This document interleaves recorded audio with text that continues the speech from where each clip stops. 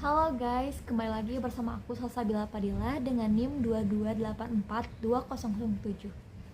Nah, sekarang kita akan melanjutkan review buku yang berjudul Beyond the Inspiration, tentunya melanjutkan pembahasan dari bab 3 kemarin. Nah, topik yang kita akan bahas secara sederhana berdasarkan buku yang aku baca ini adalah Way of Life and Question Basic.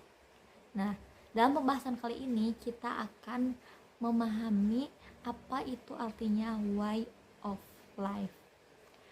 Secara sederhana, way of life adalah cara pandang hidup kita. Nah, dalam cara pandang hidup itu terdapat tujuan-tujuan hidup yang ingin kita capai.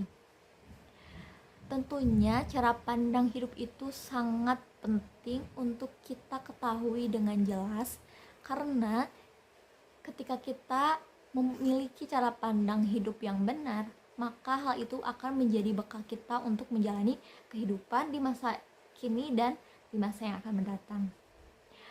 Kebalikannya, ketika kita memiliki cara pandang hidup yang salah, maka kita akan kesulitan untuk menghadapi kehidupan di saat ini maupun di masa yang akan datang. Agar kita bisa memiliki cara pandang hidup yang baik dan benar, dan untuk mengetahuinya, kita perlu bisa menjawab 3 pertanyaan dasar, yaitu yang pertama adalah dari mana asal manusia. Pertanyaan kedua, untuk apa manusia hidup. Pertanyaan yang ketiga yaitu akan kemana kita setelah mati. Dari ketiga pertanyaan dasar tersebut tentunya akan ditanyakan oleh setiap individu atau manusia secara alami ketika mereka berumur balik. Nah, pertanyaan-pertanyaan tersebut tentunya sudah dicoba dijawab oleh berbagai individu dari berbagai masa. Sebagian orang ada yang bisa menjawab pertanyaan tersebut dengan benar, dan sebagian yang lainnya masih ada yang belum bisa menjawab pertanyaan tersebut dengan benar.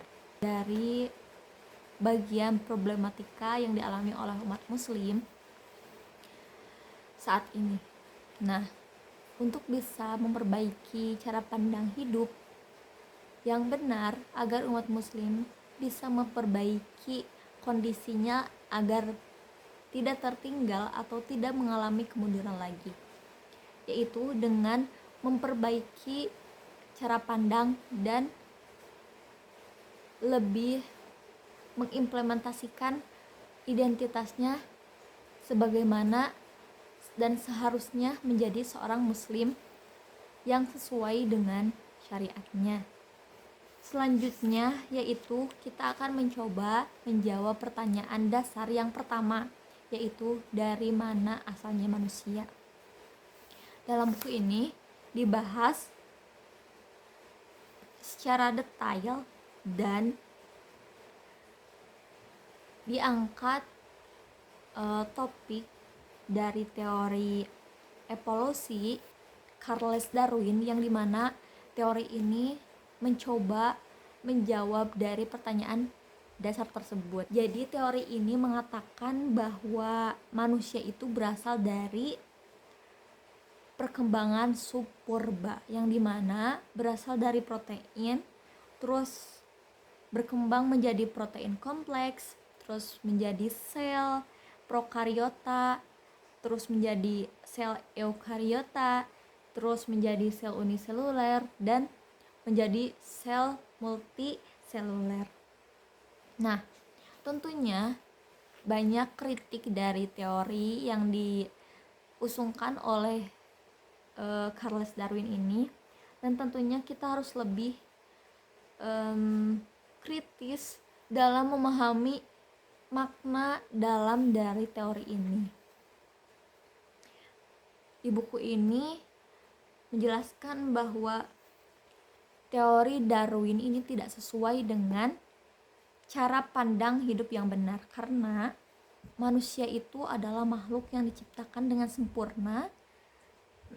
Dilihat dari struktur tubuhnya, organisme yang ada dalam tubuh tersebut, sel-sel yang membentuk tubuh tersebut, serta fungsi-fungsi dari struktur tubuh dan kita juga sebagai manusia diberikan akal, dan tentunya itu tidak sesuai dengan teori Darwin yang mengatakan bahwa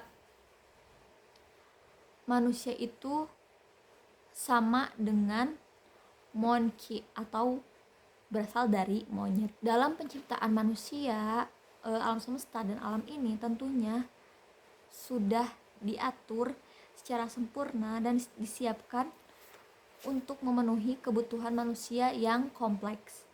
Tentunya hal ini menunjukkan bahwa keberadaan manusia, kehidupan, dan alam semesta itu tidaklah kekal dan pasti diciptakan atau diadakan oleh sesuatu yang lain. Dicukupkan sekian dari review buku kali ini, dan stay tune terus untuk review buku selanjutnya.